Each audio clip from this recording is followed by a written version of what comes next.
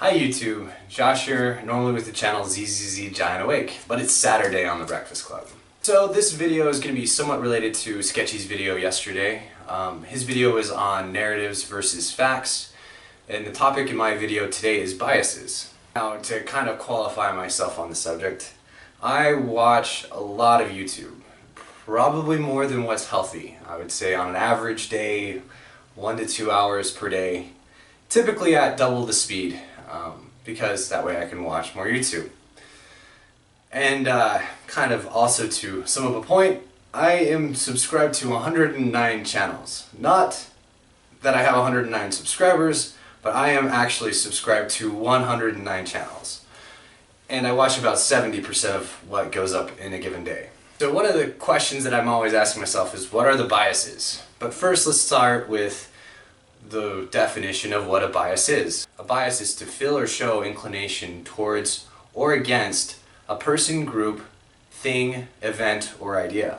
Real quick, I want to say not all biases are bad things or terrible things. Sometimes our biases help protect us, make things simple enough for us to work with, or just aren't consequential. Yeah! So when I'm watching a YouTube video or watching a user for the first time, I'm essentially trying to weigh out what biases that person might have. Some examples of the thoughts I'm trying to keep in mind while watching them are, why are they making this video? Who is their target audience?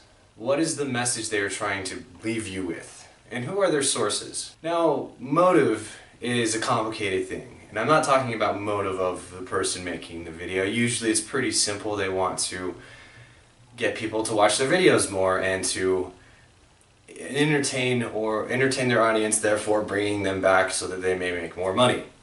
But motives of the people who are doing dangerous, dumb, or criminal activities are usually fairly complicated.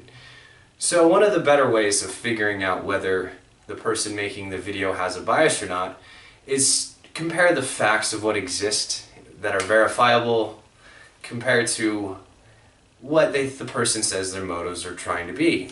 If someone is saying that a motive is definitely and only this one thing, they really might be exposing their motive, not the motive of the dumb, dishonest, dangerous, or criminal person who usually is featured in the story. As far as biases go, once you kind of see through the intention of the person who's making the video and why they're taking the position they are, it's fairly easy to kind of see through what they're saying and what the facts are behind what they're saying or what they believe the facts to be. Unless somebody's being dishonest, which at that point is a good reason to not continue to watch their content anymore. Because if you can't trust the sources that they're using, there's really no reason to watch an unreliable source. But the biggest bias and the hardest one to take care of is yours. Yes, you.